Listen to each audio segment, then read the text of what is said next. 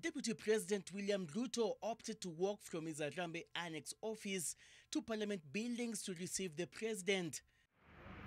But it was the arrival of ODM leader Raila Odinga and his ANC opposition counterparts Kalonzo Musyoka, Musalia Mudavadi and Moses Wetangula that signaled an extended cooperation between the president and members of the opposition barely 2 days after they launched the government's Huduma Number initiative at various locations countrywide.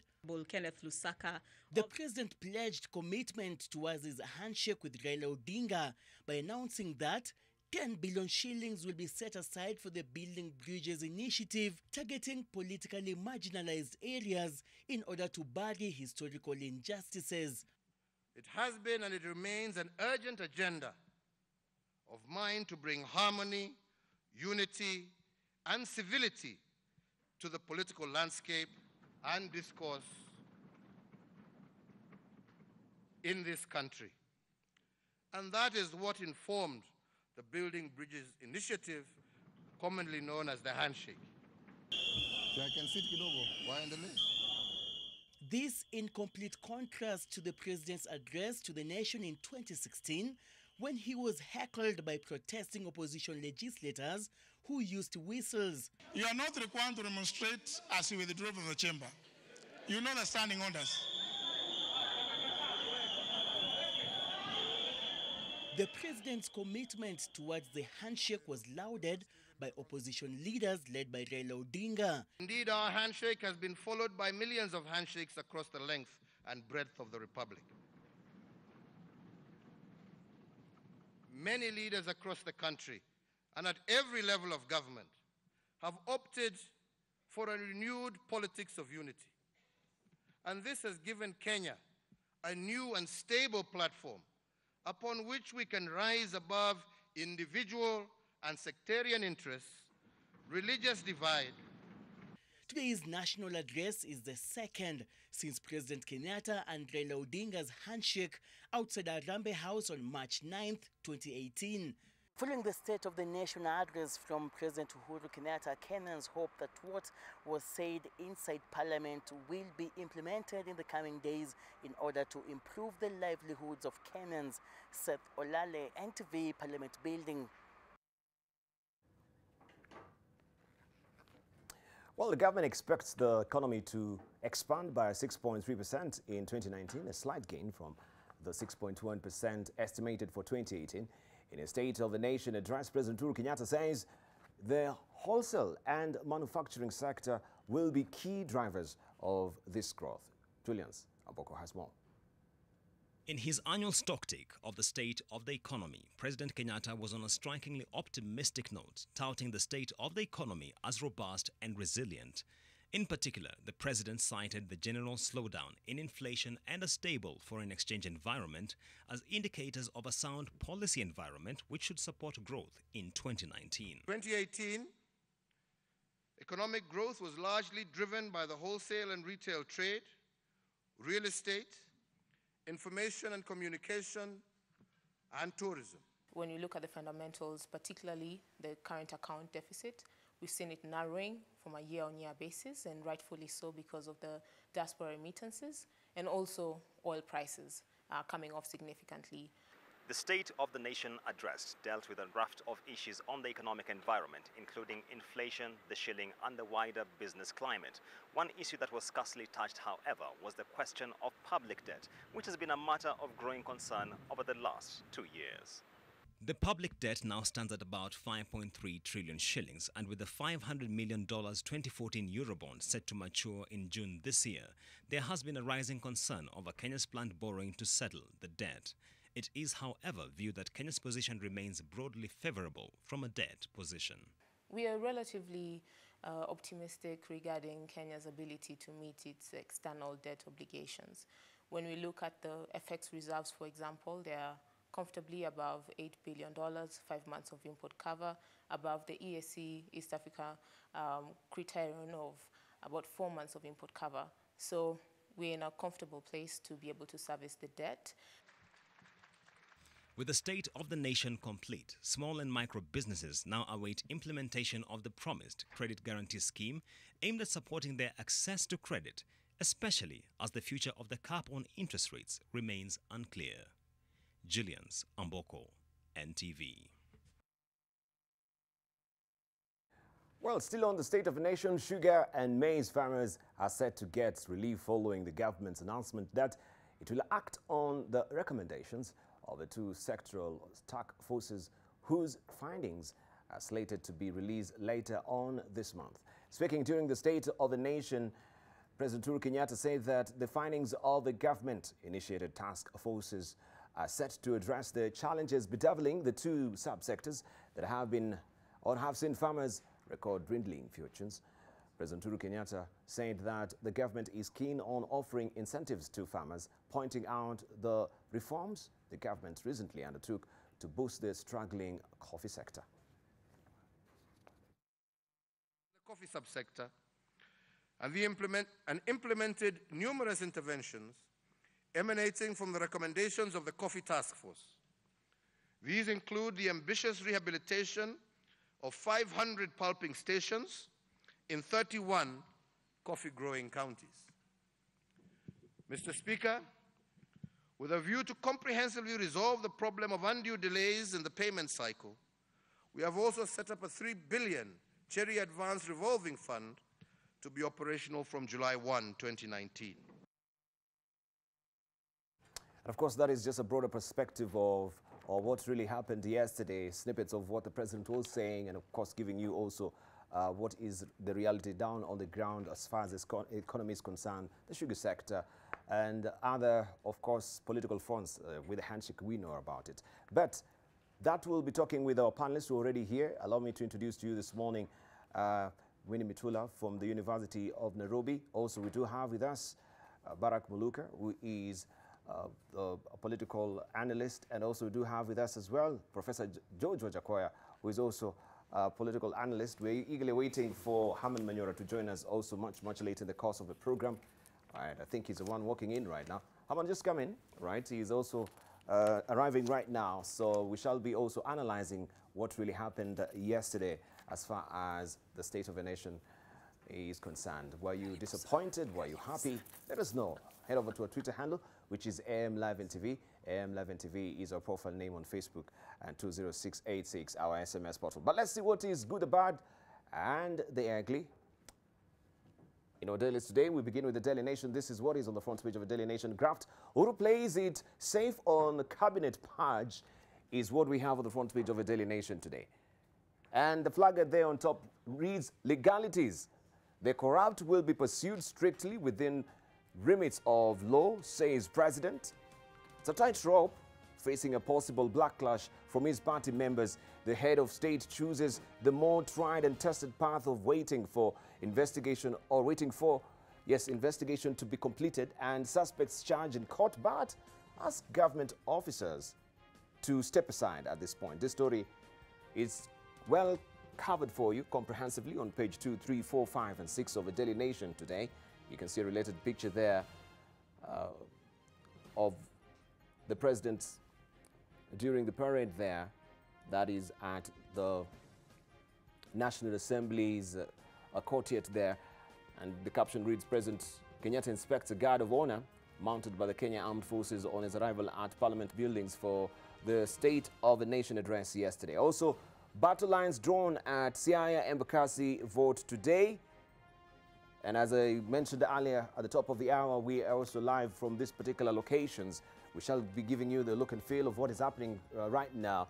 Voters in Ebakassi South and Ugania constituencies go to the polls today following nullification by court of the election of their MPs. In Ebakassi South, 15 candidates are battling it out, while in Siaya, the contest will be between ODM's Christopher Odhiambo Karan and Mr. David Ocheng of the Movement for Democracy and Growth. That story also, you can follow it on page 12 of the Daily Nation this morning. Money talks in university student polls. If you thought running for MCA was costly, wait till you see how much university students are splurging on their campaigns. And you can follow this story on page 10 of today's Daily Nation. And this is a story also I was just giving you an inkling about. Then I told you, yes, I shall give you gritty details of this. UK targets academic essay cheats. Shock for Kenyans, helping students in the UK to cheat by writing theses and term papers for them. That story, you have it inside the Daily Nation on page 9 today. This is what is on the front page of the Standard today. Also starting tomorrow in your Saturday Nation, compelling stories of women pioneers and transformers who have shaped Kenya's vast landscape. Remember, this is a book that the Kenya Yearbook launched at the Kenya School of Government, showcasing the journeys of women trailblazers in Kenya. This is a volume 1. And remember also last week on the Leadership Forum, we had some of the women that are featured here. So you can grab a copy also of the Daily Nation to just get also the stories or their stories inside the Daily Nation or the Saturday Nation tomorrow. Right, we have also with us the Standard this morning. My hands are tied, says the President. President balances Kenya's wish for heads to roll in graft war against demands of the rule of law, but vows that anyone charged will be forced out and that the corrupt will have to pay back what they have stolen. This story continues on pages 2, 3, 4, and 5 of the Daily Nation today. And Uhuru's statement at a glance is here. Anyone charged will be removed from government. Judiciary, investigating and prosecuting agencies must play their role or their roles. I'm under pressure to sack people, but no one will be condemned unhand. Also, the corrupt must also be made to return what they stole from Kenyans. Public and private institutions too must join the war on corruption. County governments should also be part of the war on corruption. And you can see a related picture. That is what we have on the front page of the Standard today. MPs take new milk rules back to public. This is a reprieve for dairy farmers and milk dealers, as House Committee directs relevant state agency to take the stringent proposals regulating the product back to public for debate. You can follow the story on page 8 of the Standard. And also, allow me to show you, well, it just jumped to, I wanted to lift up quickly the star for you to see what is there. Uhuru to remove CSs charged with graft. That is what we have on the front pages or the front page of the Star this morning. Handshake. Kenyatta defends deal with Raila, insists he will follow rule of law. That is what we have as a flagger there, and you can see a related picture as well. The People Daily is also on, and this is what is on the front page of the People Daily this morning. Where is the People Daily? Right, let me just pick up the Swahili paper, that is Taifa Leo. Uhuru asitasita. It says rais akosa kuonyesha makali katika kuadhibu wakuu serikalini wanaochunguzwa kwa ufisadi. This is what we have on the front page of Taifa Leo as well. Right, I want just to cross over now to Oko Kusa. Remember that I told you that we are live on locations just to get a look and feel of what is happening down on the ground. Oko Kusa is our reporter, and he will be giving us details and keeping us apprised on what is happening at Ugania. Remember, that by-election is on today, and people, of course, the polling stations are opening at 6 a.m. on the nose. Oko, over to you. You can give us an appraisal of what is happening right now. Are they turning out in force, or maybe also? Here in Nairobi, there's a bit of some rains here and there. I don't know what is happening in Uganda. Fair weather here, the mall, and the turnout is also impressive, as you can see behind me. Long queues have already started forming here at one of the polling centers. This is Sega Township Primary School, and it is one of the centers with the highest number of registered voters. We are talking of 5 polling stations in one center. The returning officer, that is Vincent Saintabao, told us that the moment a polling station has more than 700 registered voters, then they have to split it into 2. So we are talking of 5 polling stations in this particular center here. It's one of the highest with one of the centers with the highest registered voters. A total of 57 more than 57,000 registered voters are in this particular constituency, that is Ugania, and of course we may not be seeing all of them casting their votes here, but that is the total number of registered voters. We are talking of 4 wards, that is Ugania East with a total of 15,297 registered voters, followed closely by Ugania West with 15,000 flat registered voters, and then we have Ugania North with 14,300 registered voters, and finally Ukwala with 12,415 registered voters. So we are looking at an election that is supposed to be to have about more than 57,000 registered voters participating in, but we will get to know whether they will be able to achieve even half of that as the day go by. But as I've mentioned there, it's an impressive turnout here. Things are looking up, and we expect more people to come in as the day goes by. You remember, this is just 6 in the morning, and already we have seen people trooping into polling stations such as this one. So we expect that the situation will improve as we move on into the day. Another thing that we've come to learn is that 2 of the candidates in this particular contest want to be casting their votes here, and that is Brian Omondi of Third Way Alliance and Daniel Juma of GDDP. They want to be casting their votes in the sense that these 2 candidates are not registered voters in this constituency. So that leaves ODM's Christopher Karani and David Ochieng, who will be casting their votes some time later in the day. We are meant to understand actually that the ODM candidate intends to do that between now and 7 a.m. So we'll be trying to catch up with him at a place known as Barolingo, those sides of Ukwala, which is about like, let's say, 15 to 20 kilometers away from here. And then is the fiercest challenger in this contest, that is David Ochieng of MDG, will also be doing the same at a primary school known as Umer. So we'll be also trying to catch up with him when that time comes. This by-election, as we all know, was occasioned by a petition that was filed in court by David Ochieng, challenging the victory of the ODM's candidate in the last election in 2017, that is Christopher Karani.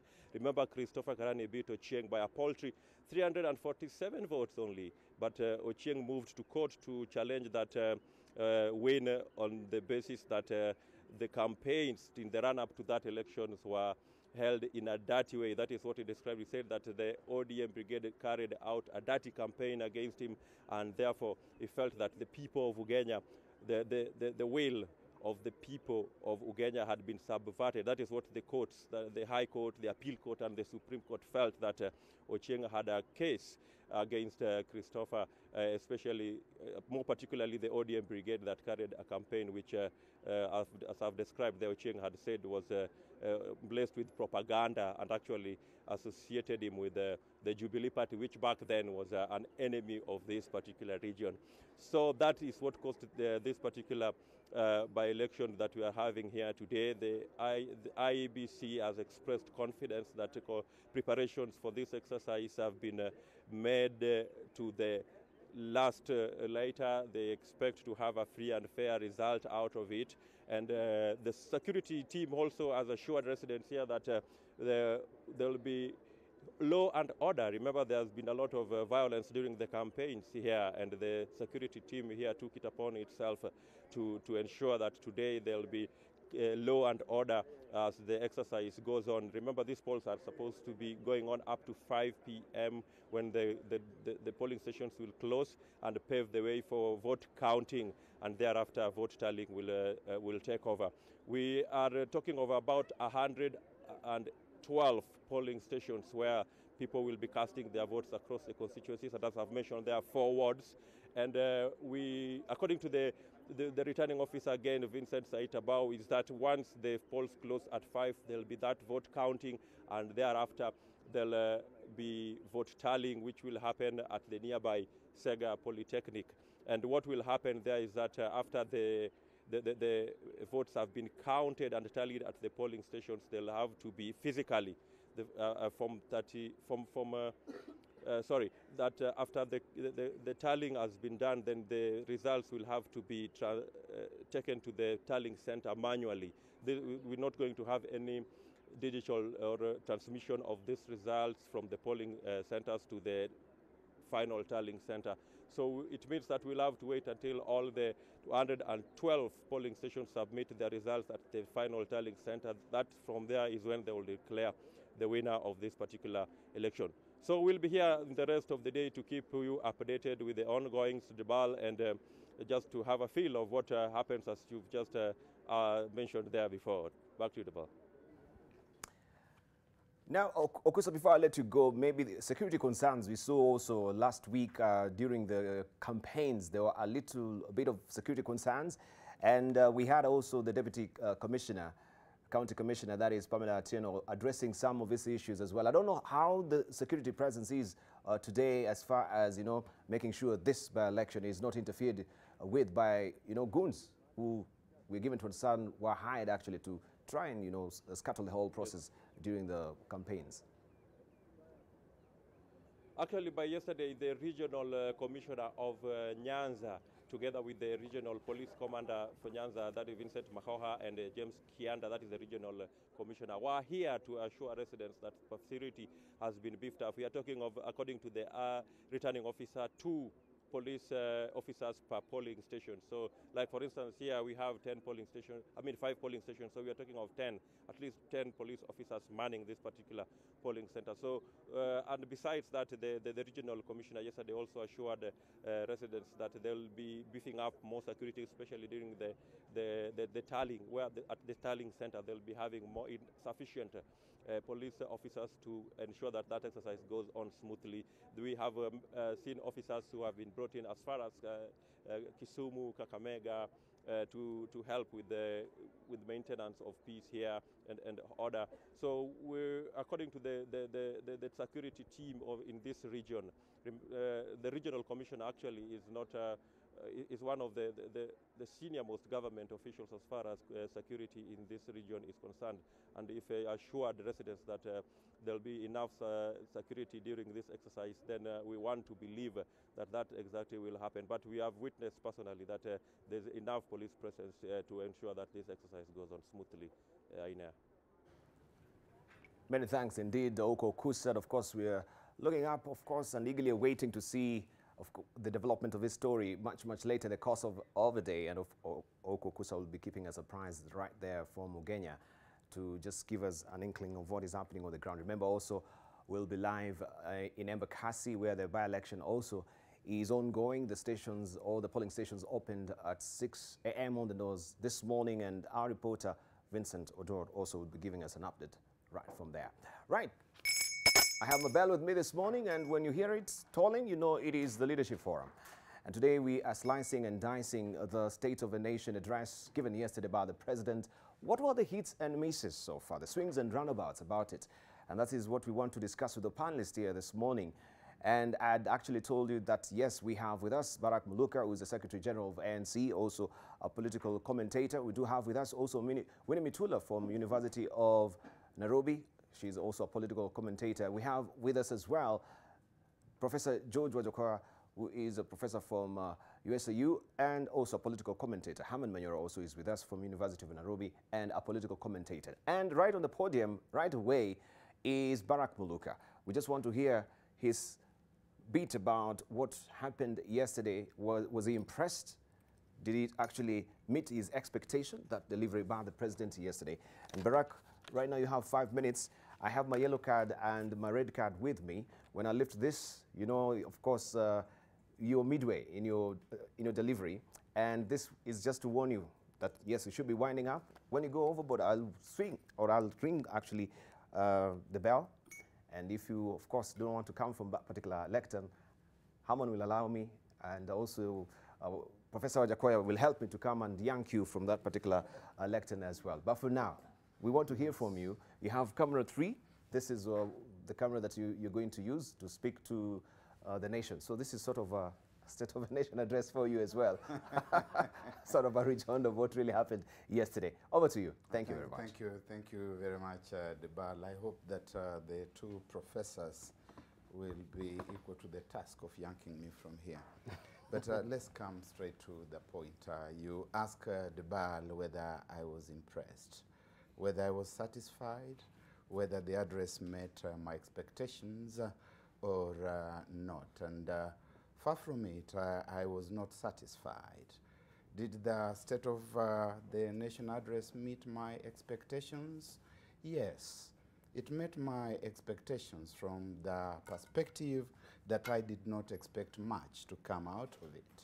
So my expectations have been governed by what I have witnessed over the past 5-6 years, when the nation is treated to a game of recycling of the self-same words that we have been hearing since 2015, when the country was given the impression that we were moving somewhere.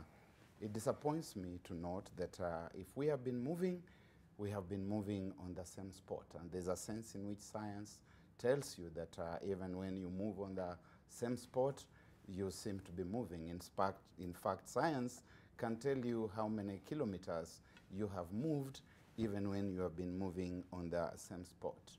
The presidential address paints the portrait of a country that is uncomfortable with itself. It is a nation that refuses to look itself in the eye and to recognize what it sees for what it is. If it does recognize itself for what it is, then it's a nation that refuses to face the facts. It's a country that pretends that its health is well, even when the indicators, very obvious plain indicators, show that all is otherwise. And one may want to start by looking straight at the government itself. We have a government that is divided against itself. On the one hand, you have got a president who increasingly starts looking like he's the leader of the opposition within his own government.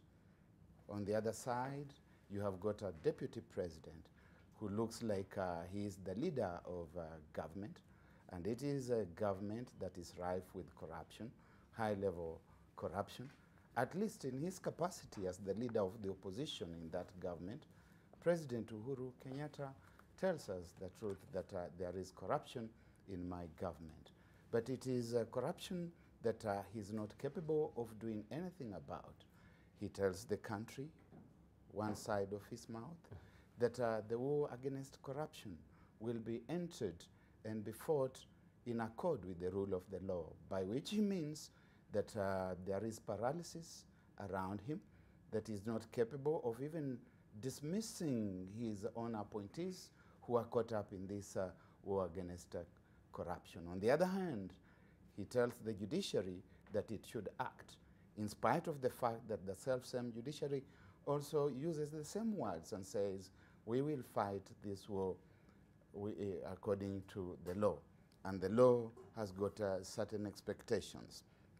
We are talking about a country that is boasting of a big four agenda. It is talking about food.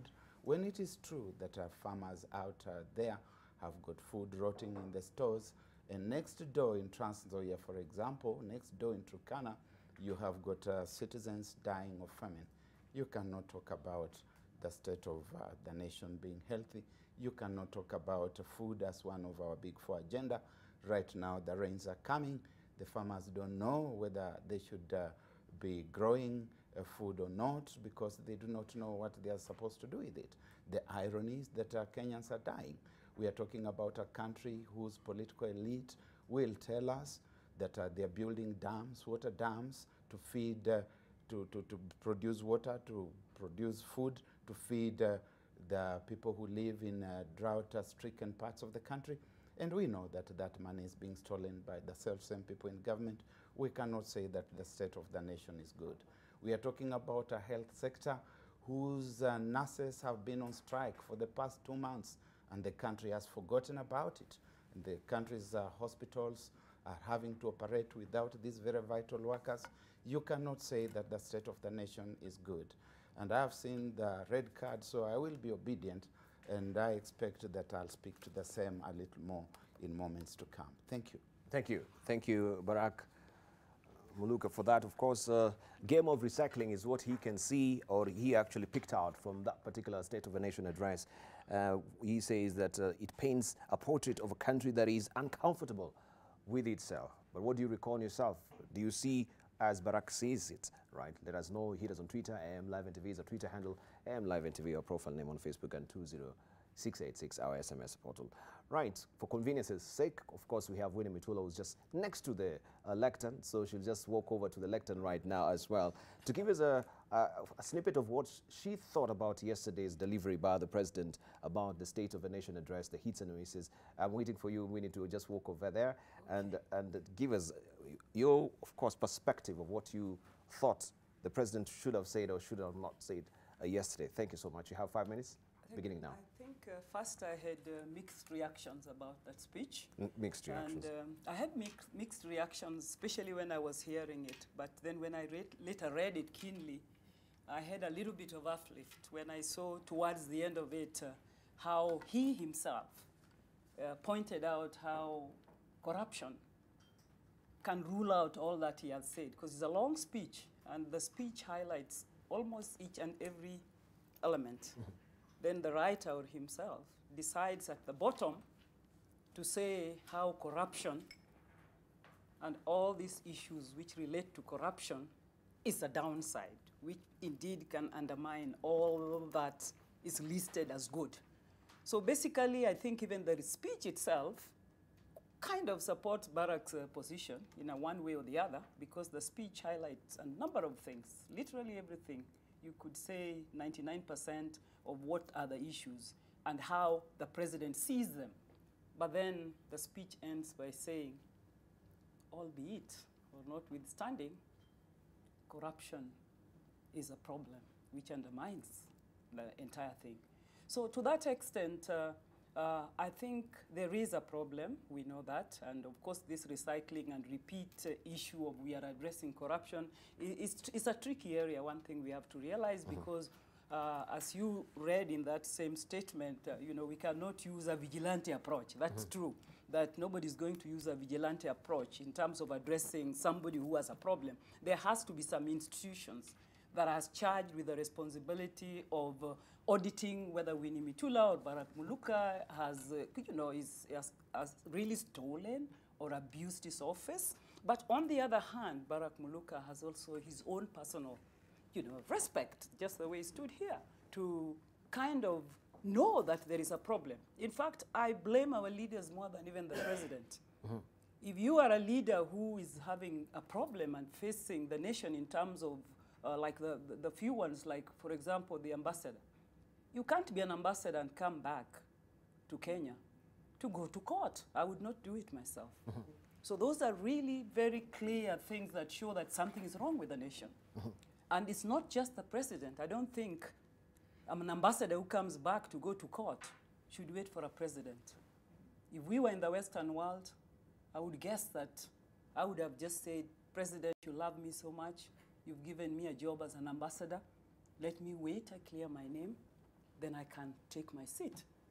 Because it's embarrassing, even where you are as a diplomat, to be a diplomat and at the same time be thought to be a criminal. We are not saying you are a criminal. But the moment you are thought to be a criminal or your actions are questioned, you are on carpet. It's called you are on carpet. They may be right or wrong, but you are on carpet. So here I think we need to look at both sides, this issue of corruption. And again, we sometimes also over-belabor the issue of corruption in terms of then we just don't see any other thing happening. I belong to a development institute for development studies, University of Nairobi. I'm a researcher. I also know that there are things happening in this country that are good, that can be scored, but we don't lack data. So really, if I'm a serious leader, again, this area of data is very critical. We need to put it on table. If we are saying that an area has grown or an improvement has been made, where is the barometer? Where is the barometer to measure that growth or that one step we've made? That seems not to be there. And for that matter, and that's again the role of the state, data is the role of the state. For that matter, you see that people can now say anything. We can be streetwise. We can say that we've made no progress in agriculture, no progress in health, no progress in anything. But if we put data on the ground and say, this is the data.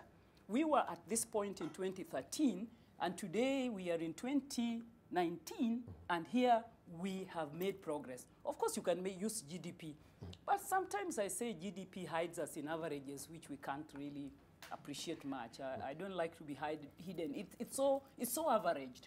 The ordinary person doesn't understand the concept of GDP. So even if you say you've grown from 5.1 to 6.1, you're not talking to the ordinary person. The ordinary person who is questioning where is Kenya going, what are you doing with the people who have stolen? They just want to see action on those stolen things. And they also want to see the dam done. They want to see a project that was started in a school completed. If it's not completed, to an ordinary person, it's not completed. There is no, technicalities and theories about a project which is incomplete for 5 years or 4. It is incomplete. And of course, then you link it up to the livelihoods of people. And then you can see that there is a gap in terms of how we handle our issues. So indeed, the president had to make that national address. It is a regular thing you have to do. You have to do it anyway. And when you are doing it, you have to highlight all the areas. But when you have issues that affect the ordinary person, that needs to be addressed. And what I see in this country as a real critical problem is a disconnect between the leadership and the ordinary person. There is a real disconnect between the leadership and the ordinary person. The ordinary person is just not even aware of what's going on. They can only see problems and challenges. So how do you connect this leadership that sees that there is so much good going on with the ordinary person who is questioning whether there is anything going on? Thank you. Thank you. Thank you very much, Winnie Mitula, there, of giving her perspective about the State of the Nation address yesterday. Where is the barometer that we measure our growth with? That is our probing question that he asked. Do we have credible database in this country, or there is lack of it, where we can inform policy, we can inform decisions as far as the growth of this country is concerned? Also the disconnect between wananchi and the leadership. Why is there such a rift, and how can we bridge this chasm that is growing by the day? That is also an issue of integrity that was raised, as far as we know some people who are still in office or maybe they're arraigned in court. And this also tends to blot the copybook, so to speak, of diplomacy when we have people who are embroiled in court, or maybe there's perception that they are embroiled in corruption in the country as well.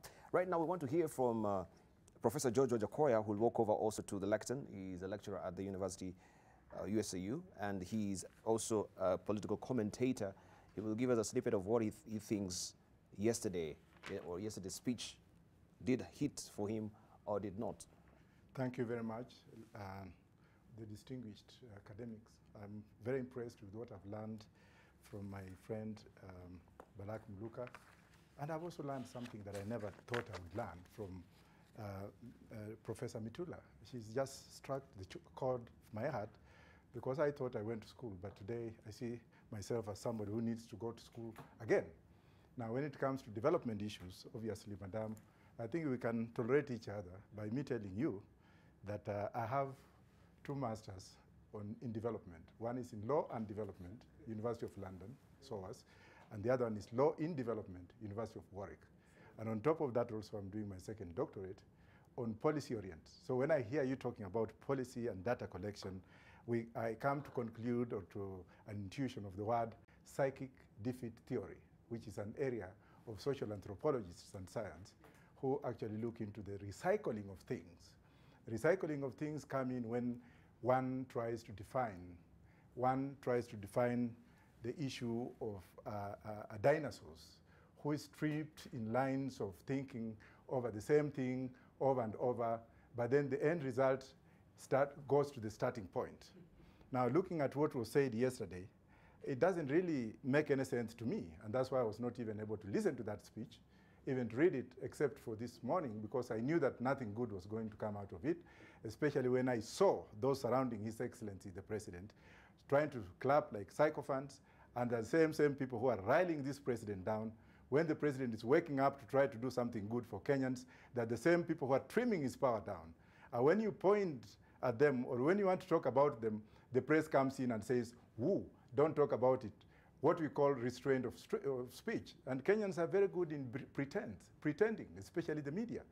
When you want to speak the truth, you want to address issues that are affecting the nation by the fact that your umbilical cord that came out with you has some kind of elementary approach to the soil of this country, somebody tries to restrain you.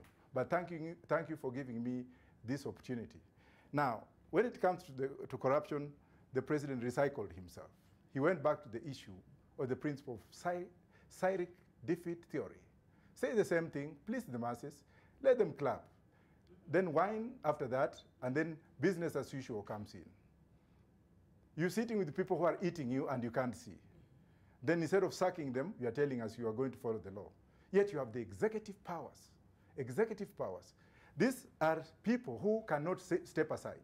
They don't have moral responsibility. They cannot come up and say, oh, this has happened. I've gone to Parliament late. I'm sorry, Your Majesty. I'm resigning, as recently depicted in the House of Commons in England, where a Secretary of State, a full Secretary of State, apologized to the House until the House decided to say, oh, sorry, you can continue. No moral ethics in our leaders, no moral obligation in our leadership, recycling the same people all the time. Us, me and Barack Muluka and maybe Professor here, people who would help this country, Professor Manyora, who would come up and say, I am a minister for economic development, I am going to do it this way, the way Matiang'i does. Sometimes he goes off the hook, but he tries to, even though he has created more enemies in this country than what have you. Then you bring in people because you want to balance, tribal balance. Tribal balance for it. I don't care whether we shall have a Kikuyu president for 20 years, so long as he's developing the country. The issue of tribalism has ended in Europe. People really don't care about who is going to be the prime minister. It's none of my business standing up on the train because the prime minister is there. Come on and pay taxes. I have a right and duty to stand here. Secondly, the issue of education. He never touched on education. He never touched on infrastructure. The kind of infrastructure we have in this country at the moment is decayed infrastructure. We have civil engineers in Nairobi University, trained to the core. We have also our military defense forces who are trained in engineering. Instead of including them into participatory approach in developing this country in terms of infrastructure, you bring in the Chinese to build roads that are causing more death in this country, roads that are not to our specifications. Go and approach Thika Road. When you are coming from the CID headquarters and you want now to come into the highway, there's no sign to show that there's another road coming this way. But then people don't talk about it because China is developed. We are depending on China, and China is the best of all the best. Mr. President, I'm addressing you that you should have policy thinkers. People can do both qualitative, quantitative, and mixed method research and come out with the policy. What is lacking in this country is policy, and if you read the president's speech, there was no policy considerations. There was no evidence-based kind of approach where he had to actually go back to the data and say, according to what we know, ABCD projects have stalled. And every time there's an election and change of leadership, people stay aside the previous projects because they want to start anew. Come on, where are we going? What are we doing? Why can't we have Ainea as the governor of Nairobi? When he gets out of office, we actually design methods of finding out how much has he done, what has been left behind, and how do we complete those projects. Instead, in the cocoons, and that's why I will never run for MP in this country, you say Barack Muluka was a former MP, he was bad, he was ODM, I've come in, I'm Jubilee, I'll bring new projects. Who is suffering here? We should have a coherent policy. Policy, very important. That's why I've gone back to the university to do my second PhD in public policy, criminal justice and public policy, to look at the role of law enforcement and how they do their things. Do you have any data of how many people died last year, or what we just read mayhemly? Information collected and then put in the police records, and then somebody comes and says that last year alone we had this, but where is the evidence? What have you done? Finally, on the issue of the so-called social interactors in Parliament, MPs or MPs, as we call them, and I'm glad to call them MPs because they have let this country down. When the president is saying, we want to fight corruption, some of them are going back in the back door telling the president, we want to trim the powers of the DCI and the DPP, because they're seeing lunacy of the big architect of corruption in this country. The big architect of corruption, who is visible and everybody knows who he is, I'm asking him to step aside. Thank you very much. All right, that is Professor George Wajakoya. telling it like it is. Yeah, and I can see Winnie Mudula Mambia amekasirika, really. Fire and brimstone, of course, from Professor George Wajakoya. We want to hear also, I think we'll take a short break before we continue with, of course, the delivery from the lectern. And we cannot lose sight of the fact that there's a by-election going on in Ugania and Ebakassi. When also we circle back from the break, we'll take just a sneak peek of what is happening on the ground in Ebakassi, where Vincent Oduor is standing by to give us an appraisal of what is happening on the ground as far as the by-election is concerned. We know by-elections in this country, people don't really come out in force as the general election. And we will just get a picture of what is happening on the ground, so to speak. So don't go away. Much more coming up on the other side of break. Remember, you can head over to a Twitter handle. AM Live NTV is our Twitter handle. AM Live NTV, our profile name on Facebook, and 20686, our SMS at the bottom. Don't go away.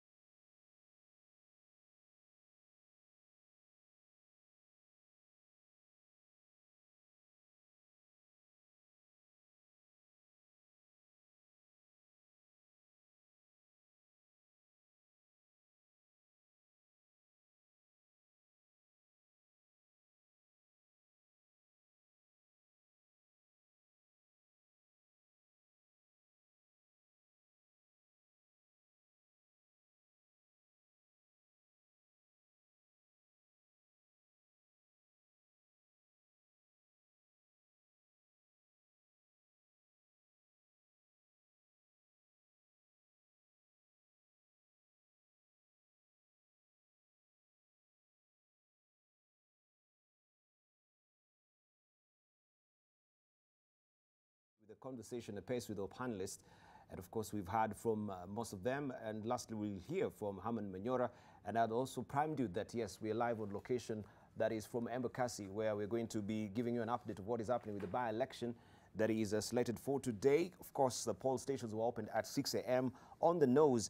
And we know the history of that particular by-election, or this one that is happening today, where former MP, that is Ishad Sumra, successfully filed a petition challenging the election of Mr. Julius Mawathe, culminating in the Supreme Court's decision of December 21st, 2018. And now we hear it is happening on the ground. We shall be crossing over to Vincent Odor much later in the course of the program. But before then, let's just hear from Herman Manyora, who is a lecturer at the University of Nairobi, to give us a perspective of what he thought the State of the Nation did deliver or did not deliver for him, and what is the way forward as far as the State of the Nation is concerned in this country. Is it just, you know, just fulfilling a constitutional duty?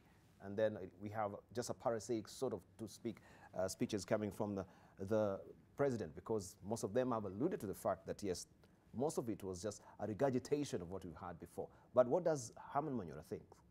Good morning. Good morning. Thank you very much. The bar, they say a man's best friend is his wife. If that is not the case, then the relationship is a contract. And the contracts are known for their exit clauses, termination clauses, and the devil to be found in the small print. So Christians, I think they talk of a covenant. So it is with a father and his children, that the children you have should be your friends.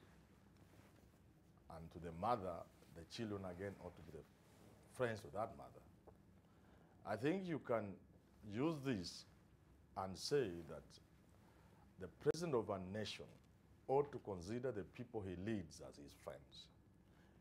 Indeed, throughout history, some of the most successful kings have been people or kings who really loved their people. And out of that love, development was born and greatness of the kingdom. Mark Antony, while mourning Julius Caesar in this play, Julius Caesar by Shakespeare, tells the Romans, do you know how much Caesar loved you? The man who has been butchered by Brutus and his friends. This is just how much he loves you. He loved you. And he proceeds to produce a will that Caesar had written, in which he had given them almost everything. So this love and friendship is what is missing. And I think for us, an opportunity such as that was presented to the president, that is always there for him once every year. In America, they say, they begin by saying the State of the Union is strong, going by their history and background. And for us as a small young nation, it is an opportunity for the president to show that the people he leads are his friends. So then you begin there and ask yourself, what do you do if the people you lead are your friends?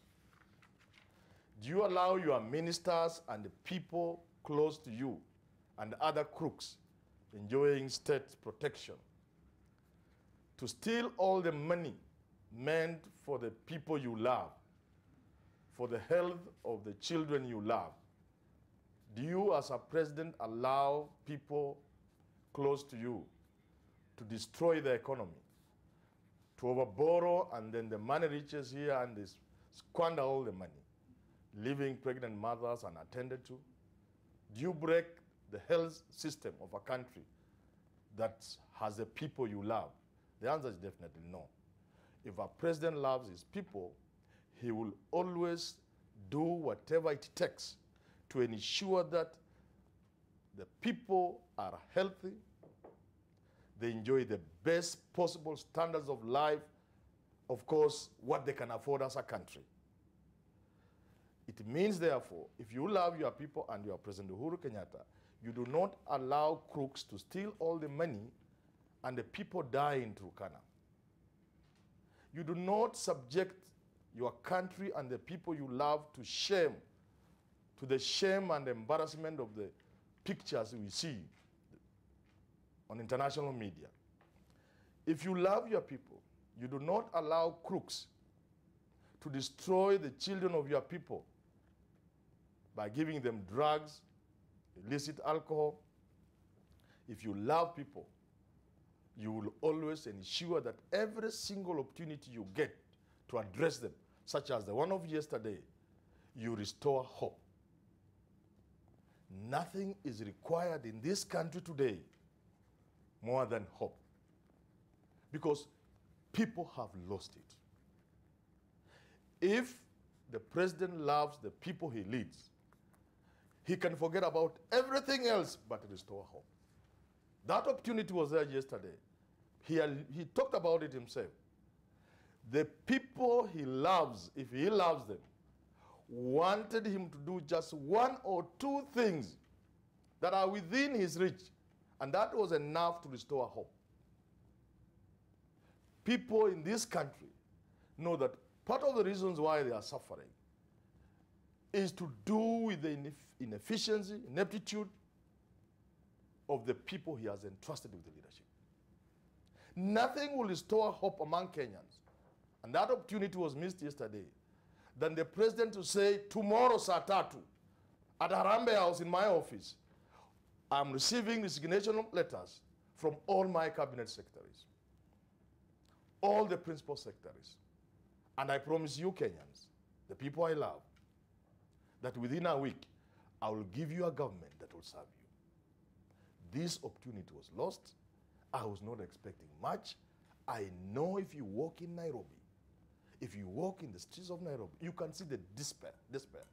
You can see that the shops are empty, and the thieves who have stolen money in this country are busy constructing malls when those malls are empty. By a statement from none other than the governor of the central bank last year, the occupancy rate, Winnie Mitula, is at 25%. But the thieves continue to construct. So if you go to these wonderful malls, the 5-star malls, people are there only to take selfies. If you go to malls in Germany, people are, beating the last minute, and at exactly the clock when they should close, even if you are going to shop things worth $100 million, they will not open the door because I've had enough. So this was an opportunity for the president to give Kenyans hope. He lost it. Thank you. Right. It was an opportunity by the president to give Kenyans hope. He lost it. This is what happened in Manyora Things this morning. Right, before we buckle down and discuss this particular of what they have actually said on the lectern, I've picked up some of the salient points. I'd promised you that, yes, we are standing, of course, on guard on what is happening as far as the by-election is concerned at Ebakassi. And we have also on the ground right now Vincent Tudor, who's standing at the ready to give us an update of what is happening. Vincent, good to see you. Good morning. Morning, Debal. Absolutely. Right now, I'm in Pipeline Ward in Ebakassi South, and in this particular polling station where I am at, it is called PCEA polling station. And remember, Ebakassi South constituency has 5 wards, and currently at this polling station where I am, which is PCEA polling station, there are 3 polling centers, and therefore the exercise started very early in the morning. Exactly at 6 in the morning the polls were opened, and voters have really turned up to really participate in this by-election to be able to elect the person who will represent them in the National Assembly. So far, as you can see, the voting exercise is going on, and the turnout is somehow good, because at exactly 6 a.m. in the morning the queues were already there, and right now people are voting, and the exercise is somehow moving quite faster compared to the last time when we were here. And remember, there are 15 candidates who are participating in today's by-election, even though we were told that 2 of the candidates had pulled out of the race, and therefore basically 13 candidates are participating in today's by-election. But on the ballot paper there will be 15 candidates. Remember, this is an election that is has brought a lot of political angles and issues on the table, and what I can tell you is that there is a high political competition between the immediate former Member of Parliament of Ebakassi South, Julius Mawathe of Wiper Party, and his predecessor, former Ebakassi South MP Irshad Sumra, who both of them, remember, are coming from political parties that belong to the NASA coalition, and therefore this is basically a sibling rivalry, and the Wiper Party will be fighting it out to try and retain the only seat it had won in Nairobi County in the August 8th, 2017 general elections, while ODM will be struggling to try and reclaim the seat it had lost during last general elections. And therefore the exercise is going on. Let me just speak to some of the voters who have already voted. One of them is here. Let me just speak to kaka, waitwa nani? Naitwa Petero Ndoi Machiwa. Naona ushapiga kura. Kwa nini ulirauka mapema hivi kuja kupiga kura? Nimeruka mapema kwa sababu kwanza naenda kazi, so nilionelea nipitie hapa nipige kura yangu ndio niweze kuelekea kazini. Shughuli iko sawa, nilifika hapa 6:20, by 6:45 I was done. Nishamaliza sasa, mimi ni kuelekea shughuli ya kazi. Wewe matamanio yako ni yapi? Unatarajia mabadiliko, kuona mabadiliko gani baada ya uchaguzi huu, ama kiongozi ambaye atafanya nini? Nataka kuona kazi. Kiongozi ambaye atachaguliwa, mwenye atashinda akubali, mwenye atashinda pia akubali matokeo. Lakini mwenye atashinda natarajia kwamba eneo hili la pipeline aendeleze hizi barabara ambazo zinaona ziko na matope mingi sana, nataka azitengeneze. Pia nataka hali tu ya pipeline iwe tu shwari kama maeneo zingine. Safi kabisa. Wacha nizungumzie na mwingine hapa. Kaka, waitwa nani? Kwa majina naitwa Gerard Mutuku. Shughuli umeionaje? Shughuli ya leo imekuwa mzuri na imekuwa ya kufana, ingawa tumekuwa na shida kidogo ya one of the Kim's kid ilikuwa imeanguka kidogo, na the return officer Ebakassi South constituency has sought the issue. Wewe ni mabadiliko gani ambayo ungependa kuona hapa Ebakassi Kusini? Mabadiliko ninayopendelea kuyaona mwanzo tukiendelea ni kusema mabadiliko ya kuona barabara zetu zimejengwa, kuona mashule zetu zimejengwa, na hiyo ni mabadiliko yenye imekuwa saa hizi ikiendelea kwa ule mheshimiwa mwenye saa hizi kiti yake ilikuwa nullified, na hiyo ndio ile maendeleo tunataka kuona ikiendelea. Hebu niambie, wewe umekuwa mkazi katika eneo bunge hili la Ebakassi Kusini kwa muda, ni mambo yepi ambayo hayakuwa yanakufurahisha, hasa ukizingatia uongozi wa eneo bunge hili au hali ilivyo katika eneo bunge hili la Ebakassi Kusini? Uongozi wenye huku unanifurahisha, tukianzia uongozi wa mabarabara kuwa mabaya, na kuna miundo msingi tukisema kama ya shule hivyo. Shule zingine hazikuwa zinajengwa katika hii eneo, lakini nimeonelea kwamba tangu mwaka wa 2017, mwaka ujao, that was 2018, tumeona mabadiliko kidogo na mabadiliko mengi, na ndio yenye tunataka saa hizi iendelee kwa ule mbunge mwenye ataingia na mwenye amekuwa akiendelea na hiyo kazi. Pia tunaomba hiyo mambo iendelee. Sawa, asante sana. Hebu nizungumze na mwanamke naye pia, angalau tupate jinsia nyingine pia hisia yao. Wewe kama mwanamke, mbona umerauka mapema sana kuja kupiga kura hii leo? Kitu ya kwanza, kura ni haki yangu. Nimeamkia asubuhi kumchagua kiongozi mwenye atakayeendeleza nchi yetu vizuri, mwenye atakayetuangalia sisi kama watu wenye hasa wenye hawana kazi. Alafu nimeamkia tena juu ya kurauka juu ya kazi.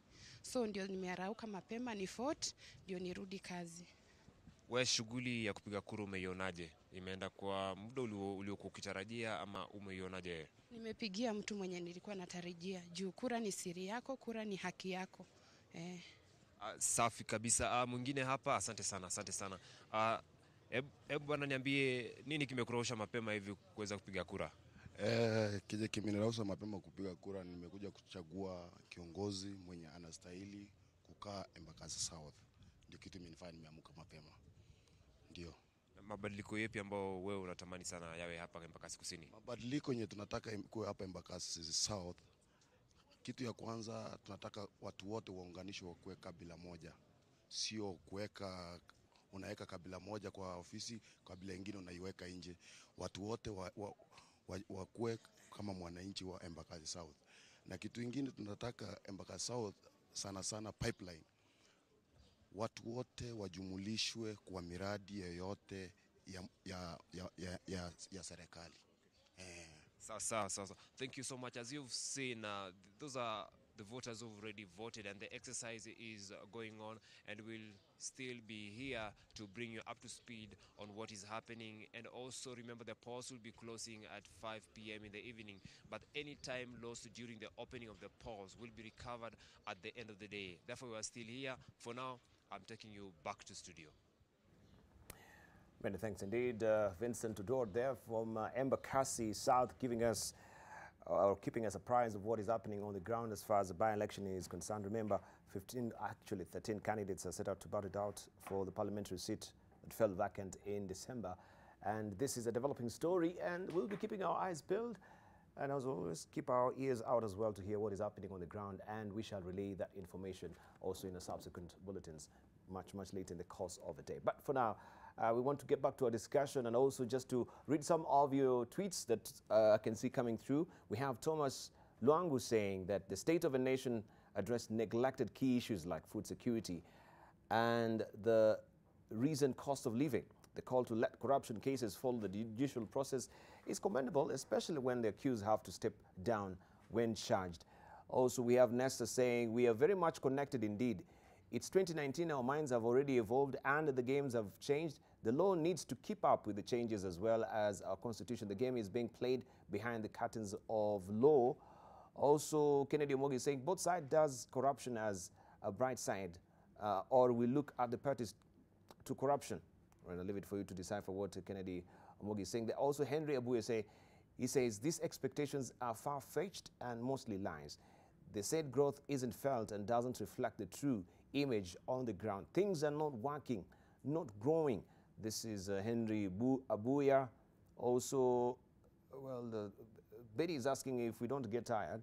I think, well, I don't know why I picked that particular tweet.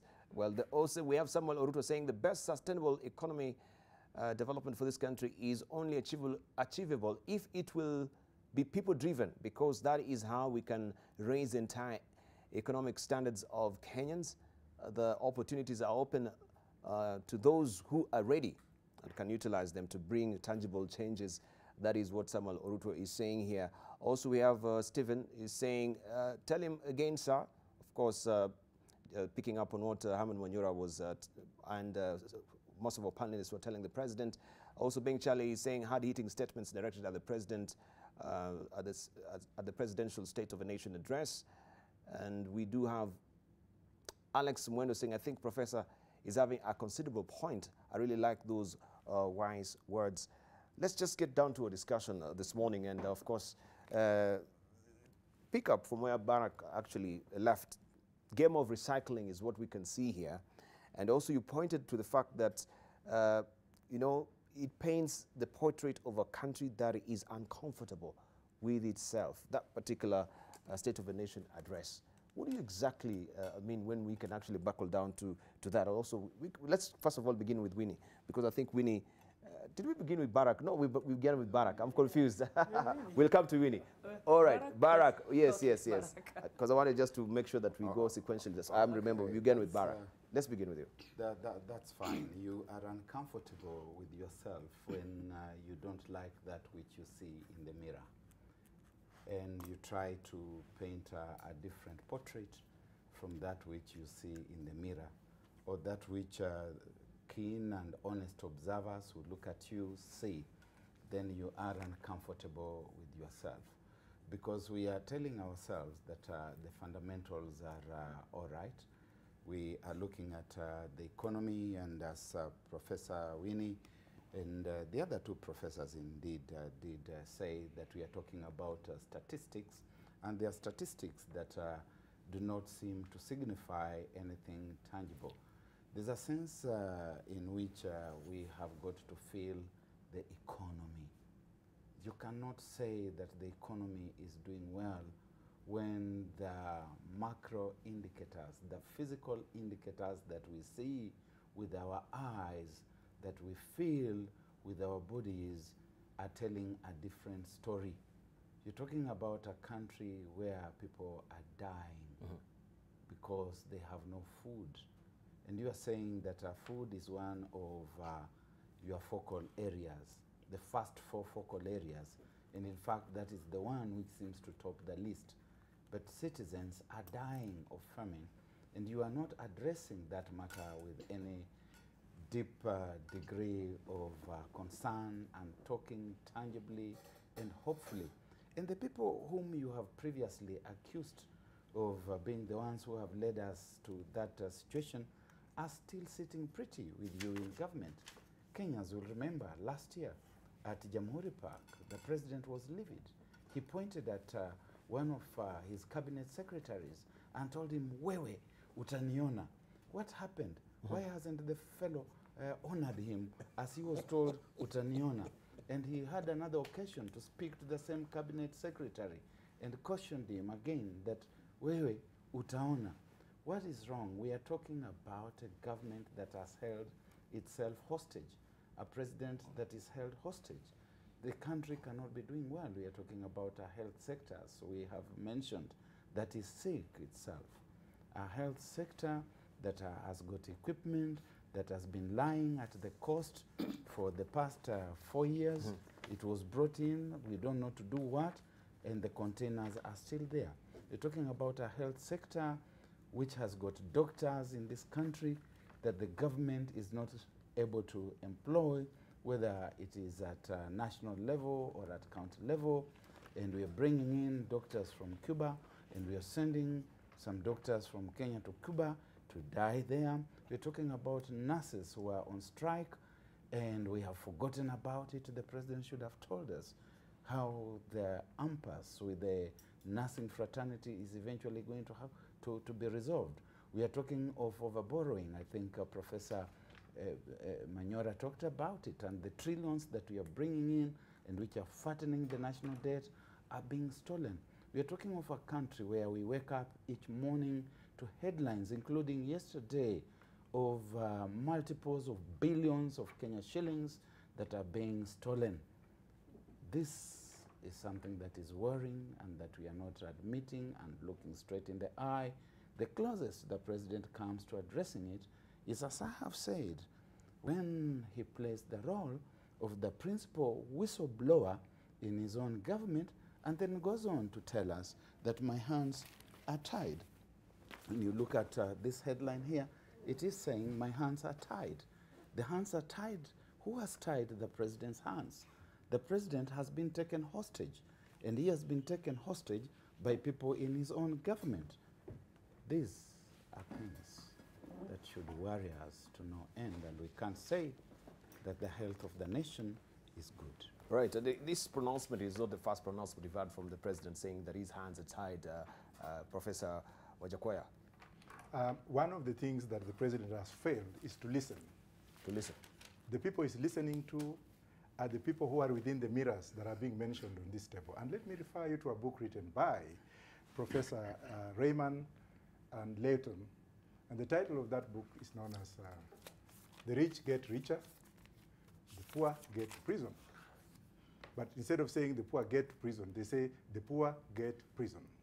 And that's why if you look at the institutions in the United States today, prison incarceration or high numbers of incarcerated people in the United States are within the doom of Cyric defeat theory, because even businessmen now are prisons have been privatized for politicians and their friends and business people to benefit from the wrath of injustice. Now, when it comes to listening aspect that I've mentioned, the president ought to have shaken his hand and asked him, how comes that I'm not hearing about castle wrestling in Uganda? How comes that I'm not hearing about endemic corruption in your government?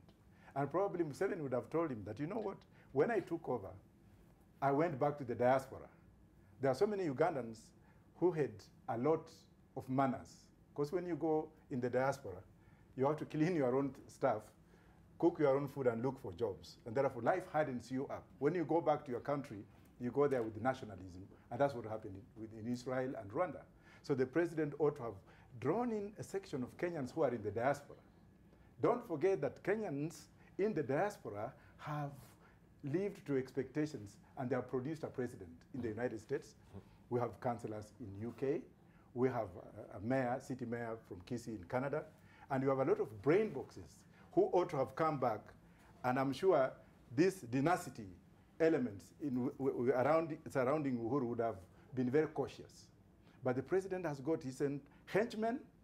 If you go deeper, you'll find out that the people who are actually manning his diary, the people who are actually his personal assistants are all from his own tribal cocoon. And what do you expect them to tell you? They'll envision your face, and they have covered the president's face with what is going on. Now, the president never addressed the issue of employment. But the part of employment that we know is recycling, just like what my brother here has said. He will recycle those he knows that will be beneficial to his regime. When Jubilee government promised 1,000 jobs every year, was it 1,000 or 100,000? 100,000. Yes. What has happened? How comes that the government today has not indicated by indicators showing the phenomenon through statistics that last year alone we employed this amount of people? What about school leavers?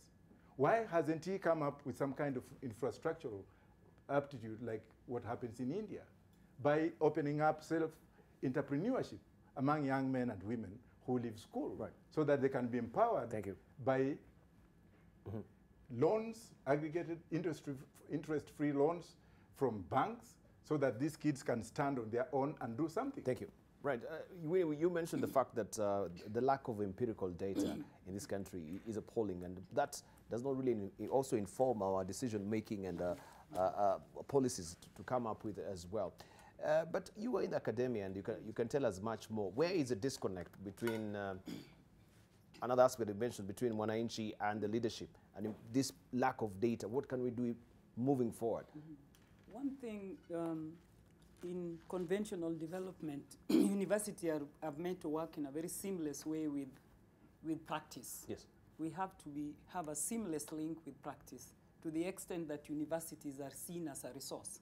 But as you know, historically, around the 90s, there was some disruption of what universities do and what they stand for. Purge. And then there were creations of the so-called think tanks, which were outside the university, which were again outfits located within a society.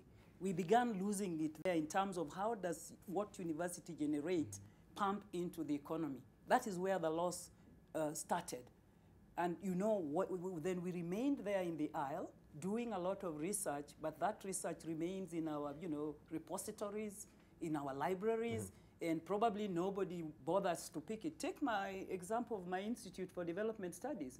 We used to be a think tank for the Ministry of Planning, direct. The ILO report of 1972 was produced by us, the employment and incomes. It informed this nation for a long time.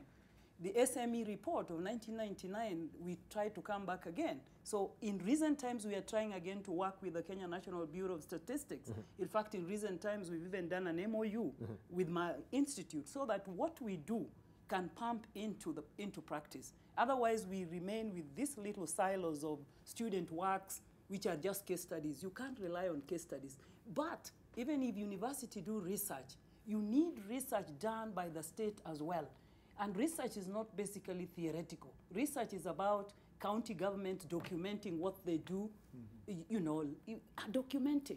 It's all about documenting and getting the evidence that will inform. The M&E, I always don't like monitoring and evaluation. I like adding and learning. Monitoring, evaluation, and learning. When you do an M&E, which we are doing here, and we have a national framework for M&E, do we learn? Do we learn from the M&E so that we pump in and say, okay, it's about June, let's stop and rethink. Probably what we are doing, the way we are going, we are not arriving there. Something could be wrong. Those are the kind of things we are talking about in terms of processes that can inform development in a way that it starts making meaning to the ordinary person. That might contribute. But I want to say one thing, that this discussion of the president's speech has also to be contextualized. Because sometimes when you put us on table, we don't contextualize anything. We just respond to what you're asking. Yes. This country has an institutional problem. So even if we point at the president, and we don't correct the institutions or reboot the institutions. We made an attempt to reboot the institutions. Personally, like for me, I don't believe in the so-called, in this country, competitive recruitment. Because, for example, that is one reform that we put in place. Because if we can get our institutions right, so that they work, so that those, the regulations that regulate them, and of course institutions are human beings as well. They are run by individuals, and that is leadership. But we need to get the institutions right, to the extent that they can work with Barack Muluka or without Barack Muluka. I think that's why Trump is in power. Because I think comparatively the institutions in the US are working. It's not just Trump alone. So if we keep pointing at the president and not looking at whether institutions work, again, that's a problem. So I think we must link the presidency and the institutions, the fabric of the society, the engine. Because I think the president leads the engine, maybe kicks it off.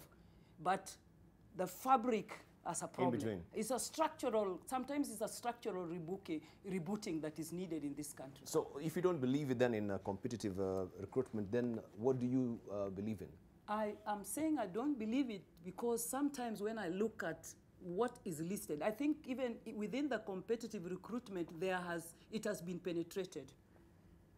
The argument is that it has been penetrated as well. In other words, the institutions are such a way that even if you redesign them, if you don't secure them like the long democracies like US, even when you reform, like you put new forms, I mean, you put people to check whether you have the right ethnic group. I think one of us talked about he doesn't care about whether Winnie Mitula comes from which ethnic group. Because if you had the structures right, really that should not be the big flag. Today, this country is struggling with more of which ethnic group is in a committee or is in a panel. Then you start you place me like I come from the coast, so I represent coast in a commission. And what are we talking about? There is something wrong with the structure. Right, there's something fundamentally wrong with the structure. And the disconnect that she alludes to, that, or leadership and wananchi.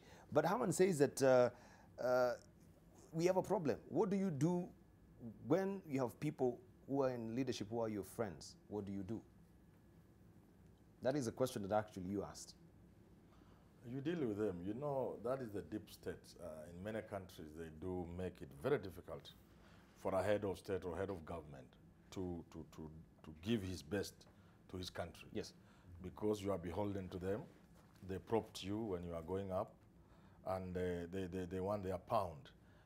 But the thing I wanted us to talk about, because I hear people talking about president and, what can he do, and he has said as much, and the institutions.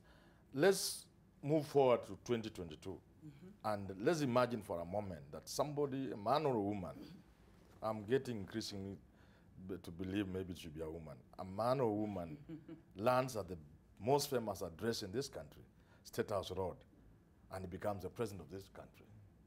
And he's a man or woman who believes that this country in 10 years can be a first world country.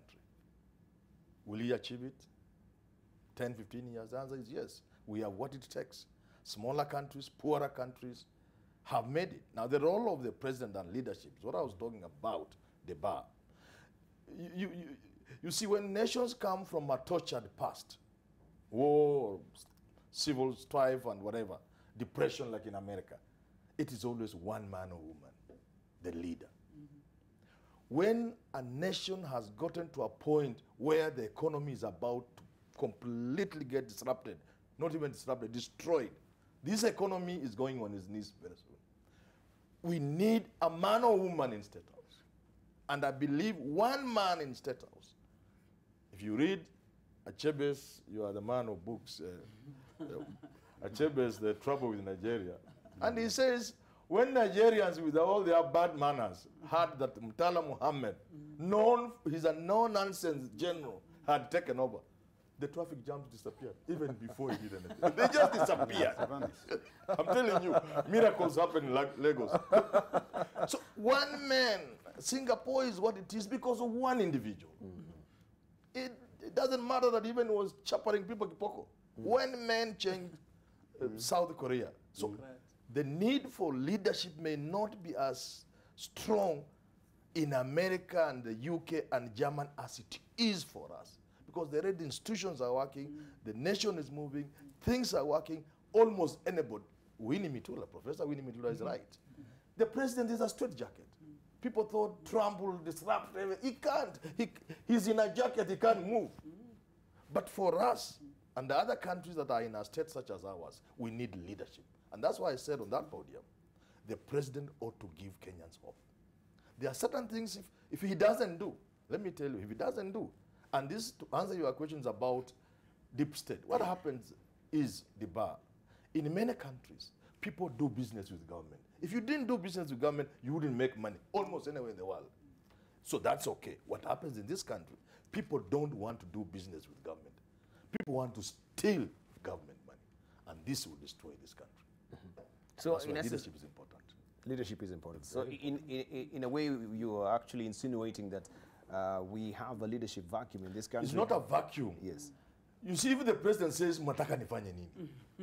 My hands are If tied. the president tells us, those mentioned or those who appear before court, for heaven's sake, it has always been like that in law and practice.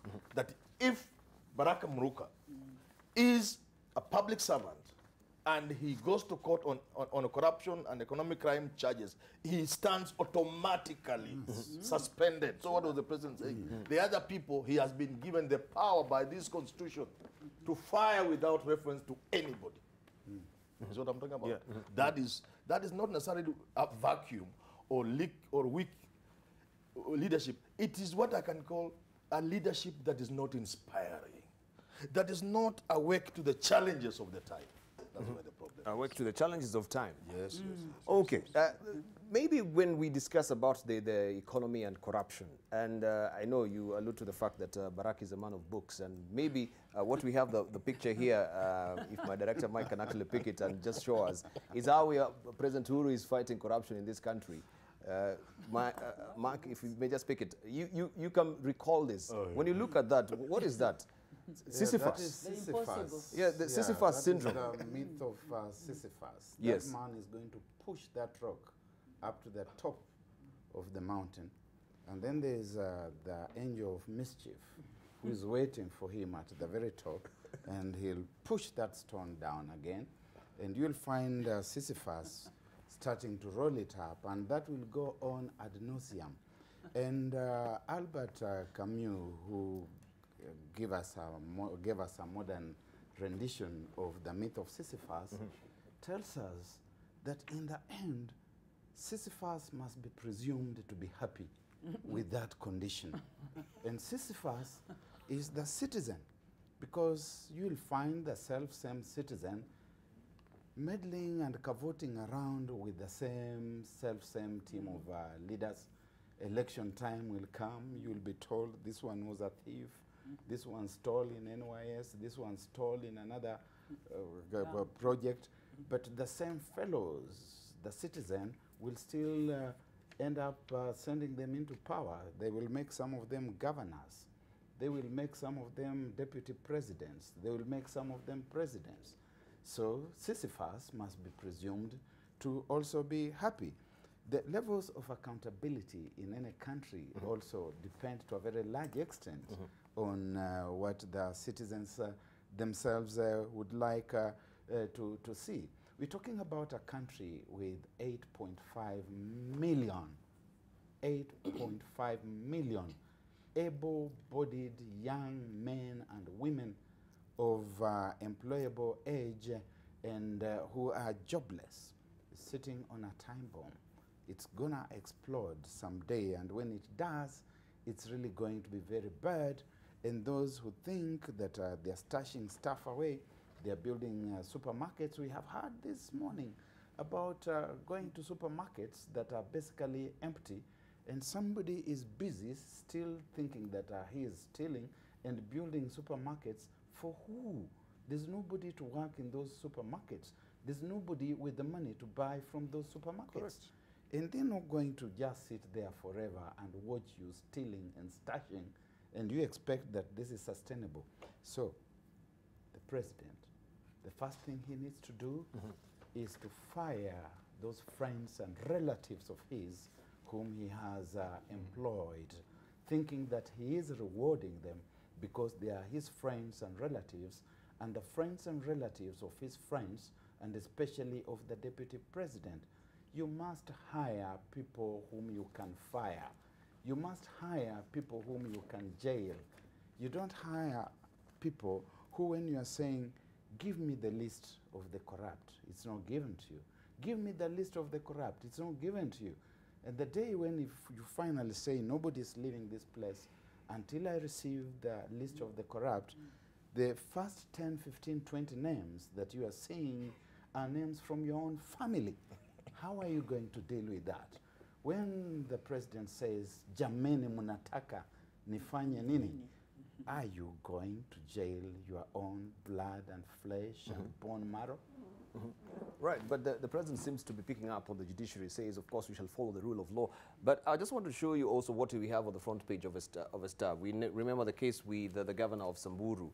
And right now we're given to understand that also the judge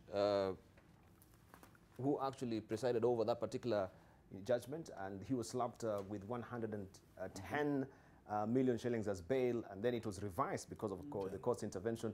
Now he has actually vacated, to step aside from this particular case.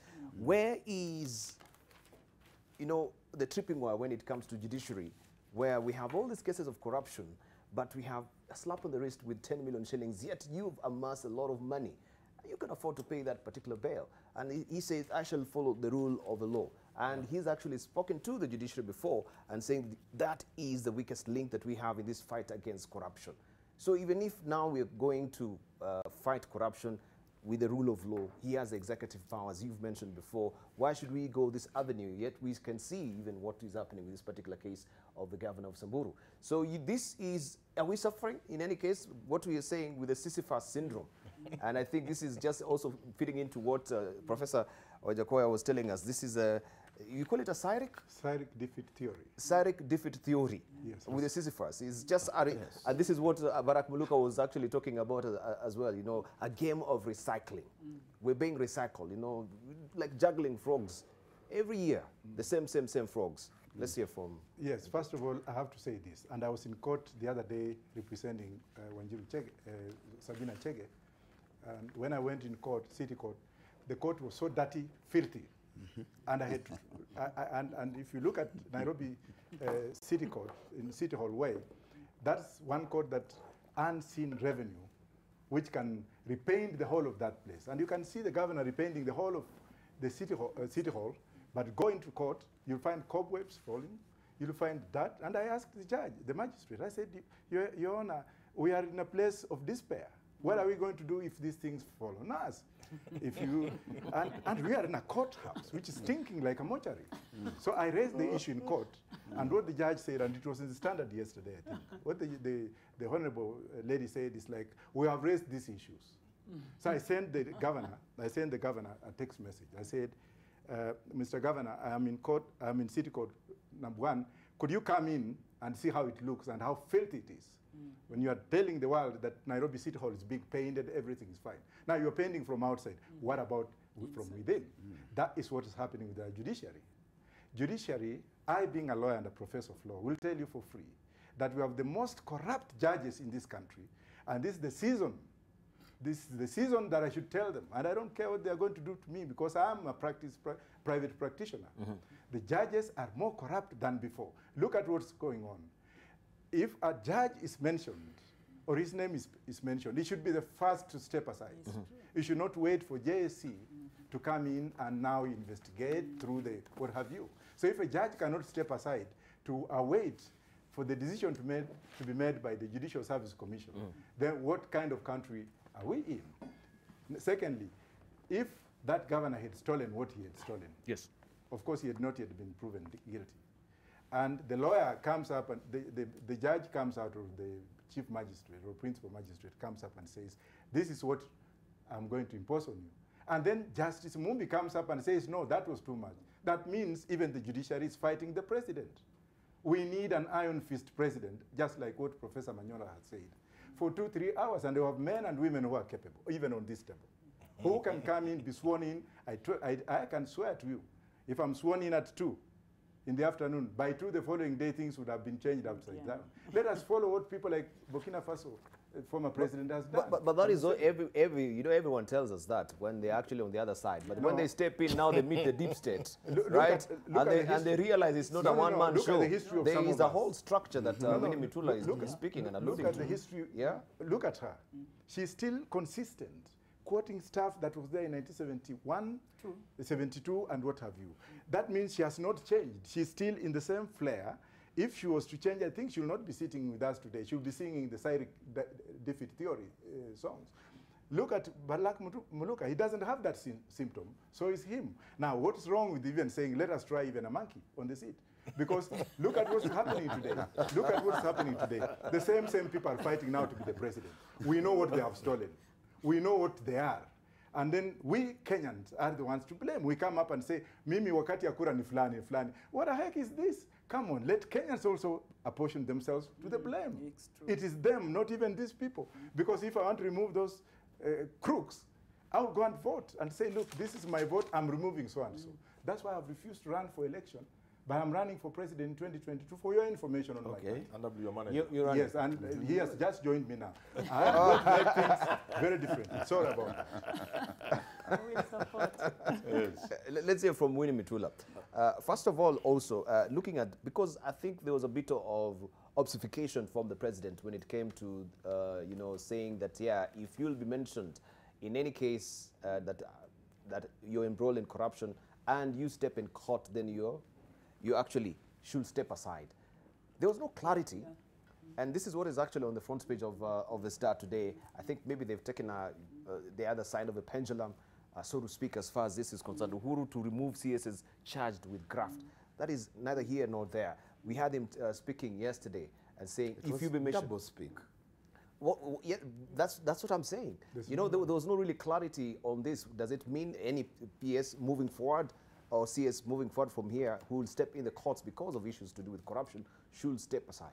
I think you might call it doublespeak like Barack calls it, but I think the president is in between taking a radical approach and an institutional approach. And for that speech, he wasn't able, he was in the middle there. Because the radical approach is what Kenyans are looking for. Kenyans are looking for leadership that can take a radical approach like Professor Wajakoya is saying. A radical approach. You know there is a problem, act on it. And when you act on it, don't even worry so much about the judiciary, about what you are a leader and you have that power. So that's a radical approach. But the institutional approach is where you say, we have a judiciary. If I go this way, if I go radical approach, I might be undermining the judiciary. The public may come or, be against me. So there is this tension that I see the president or the leadership being in the middle of where we find ourselves. Because we find ourselves in a situation which is very pathetic. There is hopelessness, as the panelists have said. Leaders know that there is hopelessness. I don't think they sit comfortable in Parliament or Senate not knowing. They know. But the issue is, if you are leader number one, that is the president, do you take a radical approach to correct that, or you do fall back? Sometimes you think people hide in institutions, if you like. But I think he's in the middle of that tangle. So he's not able to stand on his feet and pick one, either or. So we leave it now as that reads, as about the cabinets, is that you can go on, you can be mentioned, that your locality can know that you've stolen, they can see what you stole, but then you wait until the judiciary says, and then you've heard in this panel still that the judiciary also has its own problems. So back to what I was saying earlier, that in a context where the institutions have a problem, because judiciary is a very key institution in a country, where is the fallback? Maybe it's just a radical approach, as we are giving examples, because if the institutions are strong, then you can easily fall back on them. But this is a case where you also know that institutions have a problem. So the radical approach would work, but it also has its consequences when you take a radical approach. If the president has to secure his legacy, it means at some point, you cannot just be pussyfooting around with issues. No. You have to take stern action and say, this is the direction I'm taking for the sake of the leadership or the legacy of my presidency. He cannot, you know, say, oh, yes, just vacillating between opinions. And as you say, that, between institutions and leadership and radical approach. And radical approach. Yeah. Why can't we take the radical approach route? Haman Wanyora. There must be somebody, first of all, to tell Magistrate Ogoti, Kenyans are with him. Keep up, you're on the right side of history, and the people are seeing what you are doing. Your future is bright. A time will come in this country when men and women of your stature and standing, Magistrate Ogot, will walk with their heads high. And for Justice Mumbi, who I respect so much, I yesterday had a problem because I don't like people I like and respect, making me very unhappy. You see, reducing from 100 to 10 million, the magistrate presiding over the case knew what Kenyans were seeing and feeling, and he knew what had gone on. This guy is not yet guilty. But for starters, you must do something that is in sync with the population, with the people. If you do anything that is outside that sync, if you do things that defy common sense, I've said even here many times, when you do things that defy common sense because you are a lawyer, you are a judge, my friend, you are a lawyer, you are wrong. And so let me say this. Mumbi has reduced it to 10 million. He should have released this guy free. There is nowhere a governor will go. He will not run away, so he should have released the Samburu governor free. And why I want him to do that is because in civilized societies, we have created institutions we will use to impeach people. When you do wrong, when you get out of the way, if you break the norms and the rules of society, we have given ourselves institutions so that we remain civil and we do not cut each other with pangas. Now, we are using those institutions like courts, but others, the judges we have, are telling us, you are very stupid. Chukweni panga. Chukweni panga. Mtu akikosea, chukua panga kata yeye. This is what the judges are telling us in this country. And for the people who are stealing, every time you go to court and you are given 5,000 and Kenyans know how much you have stolen. Obama said in this country when he came here that don't think people are foolish. When they see you driving big vehicles and the other day you are poor, they are not fools, they know. So when judges do the things they are doing, when we take people, one of them to industrial area and then we do not put them where other remandees are, they sleep where children, juvenile section with the mattresses. When we allow people to go to Kenyatta National Hospital, amenity ward, because they are sick, they go to Nairobi Hospital. The people are sick. You are telling people the institutions you have given us to use, we are not using. Impeach the people directly. And sooner than later, that's why I wanted this guy to be allowed to go home free. Sooner than later, the people, and the president has said as much, the people will take the law in their own hands. And these guys who have stolen here will feel it. They had better play within the rules. And playing within the rules is part of what we are saying. If you are going through a process, go through it. And if you are mentioned and you are like a judge, surely, like the name says, surely, a judge of the Supreme Court, you are mentioned and you are waiting, honestly. How? How will you be waiting? So this country is at crossroads. We must make choices. Winnie Mitula is saying, for the president, he has to make choices. Thank you. Unfortunately for the president, it must be the kind of decisions that resonate with the public, because you must restore hope, like I said before, which is completely lost. Thank you. Thank you. Maybe I should just give this opportunity to give our closing remarks as well, beginning with you, Winnie Mitula. Remaining a few minutes. Yeah, I think we have a problem. We quite agree, and we need to intensify our efforts with practice, not with it should not be theory. We need practical steps. So the whole debate that we are having today, this morning, is really about seeing steps being taken.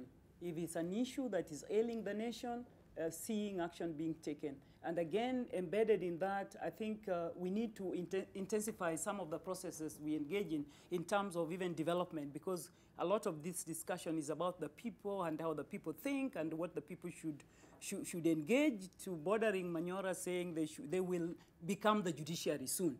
So if that is the position, then we need to do some things that we can document that we are doing for the public, in particular the citizens, whether it's in the area of health, whether it's in the area of education, infrastructure, that people should begin, the way we are disappointed with corruption, we should start being happy with service delivery. Because at the end of the day, the ordinary person is service delivery. Thank you. Yes, if you sit in the middle of the road, they are going to run over you. And you don't know who is going to run over you. But somebody is going to run over you. And the president of this country and the presidency must know that this is not about sitting in the middle of the road. But when we hear things like, what do you really think I should do? Mnataka, nifanye nini jameni? It's because of the institution, an informal one, that we have been told is called the deep state. And the deep state is populated by cronies. It is populated by friends and relatives. It is populated by people about whom you cannot do anything. And you must be bold enough, like Lee Kuan Yew, and say that I'm going to get rid of them. When you say that regardless that you're my brother, that you're my sister, that you're my closest political ally, you must mean what you say and say what you mean. Institutions do not just happen. When we say that it depends on institutions, institutions are man-made. And we have one person, one office at the very top that is charged with making those institutions and causing them to work. Right. Let's hear from Wajakoya, briefly. Those who have been mentioned in corruption or who have mentioned corruption should step aside, starting with the deputy president. When he enrolled himself into an issue which was bigger than him, he has not written a statement at the CID headquarters. He should account for what he's talked about, the 7 billion, when the issue was 21 billion. Secondly, Mr. Kinoti should be given the attention that he deserves so that he can work together with the DPP, because they are doing a good job in this country. But the president himself, from today, and I'm telling him as a Kenyan, because I'm a taxpayer, my umbilical cord and the placenta that came with me in this country is actually vested in the Kenyan soil. He should actually pull the rug in State House and tell those young men and women from his cronies to go away, so that he can get men and women of honor to advise him. Thank you. Of course. And of course, when you mention names like the deputy president, of course, that is your position. That is well, that's my personal decision. Personal position and not the position legally, of the NTV. Let's hear from Herman Manyora, your closing remarks finally. Dubai said when a president loves his people, there are a number of things he does to make them enjoy the best possible standards of life, of living. I must also say, what do you do when you love your president? Like Manyora loves his president. You tell him one or two things he can do. One, reconstitute your government. You may retain people like Matiangi, Monica Juma, Magoa, and a few others who are good, but reconstitute government, urgent. Number two, munataka nifanye nini? Institutions are working. Take a law to parliament. You have the numbers with Raila support, there's no problem. Take a law to parliament that will do a number of things. One, limit the duration corruption cases take. Thank you. Our elections are now, the petitions are supposed to be 6 months now. Why can't you say corruption cases 1 year or 6 and we terminate them? Secondly, take a law to parliament that will deal with the whole issue of bail. Thank you. Right. I wish we had more time. I wish we had more time. I can see the fire is now beginning to because of the love I have for the president. Thank you. Thank you very much. Just to read one or two reactions as we are winding up. Dr. Andrew Sule says AM Live NTV recommends putting on the primates as CS, PSs in government. And he's really drawn up there. I think this is what you were telling about the monkeys. Was it you? Right, but let's just listen on a lighter note. We have Jacob Aberem Talala saying today morning panelists on State of the Nation address, they have called a monkey by its name. We have also, this is Stephen Uguri saying Matiangi. Well, this is not the one I wanted. Joshua Odongo Onono says that everything rises and falls on leadership. That is quoting John C. Maxwell. And lastly, let me just read one more. We have Benedict Duranira saying, it's a great tragedy. Kenya has got corrupt judges who, instead of playing their role in provision of justice to Kenyans, no matter their social status, what is happening is the opposite. And that you can see a lot of reactions there on social media. I cannot be able to read because of time. It is 8 on the nose. But I want to thank you so much for getting to drive the show with me as well, and thank our panelists this morning for that interesting, engaging discussion we've had this morning. Quite honest, cogent, and very educative. We thank you so much. And we want to wish you a good day. But keep your eyes peeled on NTV, because we are actually following the developments at Ebakassi and Ugania, that is Ebakassi South, where the by-election is underway right now. Vincent Odwori is in Ebakassi. We have Okokusa in Ugania, and also Zakes Mwasame. So they shall be keeping us apprised today of these by-elections. Don't go away. Living with Us is up next.